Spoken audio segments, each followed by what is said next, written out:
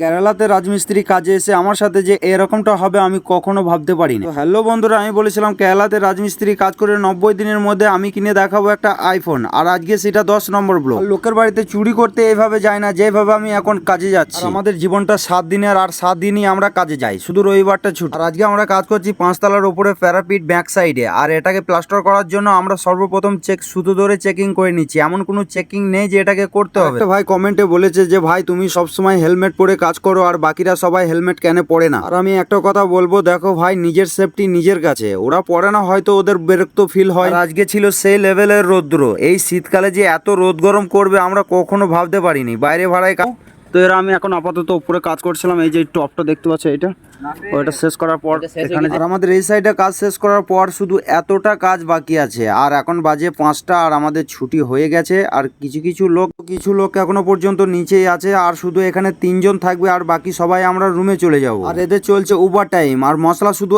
এতটাই আছে, এটা শেষ হয়ে গেলেই সবারই ছুটি হয়ে যাবে। আর তোমাদের ঘর ছাদের ভিউটা একবার দেখিয়ে দিই, কত সুন্দর লাগছে এখন। এতটাই ছিল আমার ব্লগ। যারা এতক্ষণ পর্যন্ত দেখছো প্লিজ একটা কমেন্ট করে যেও। টাটা বাই বাই, ভালো থেকো সবাই, আবার দেখ।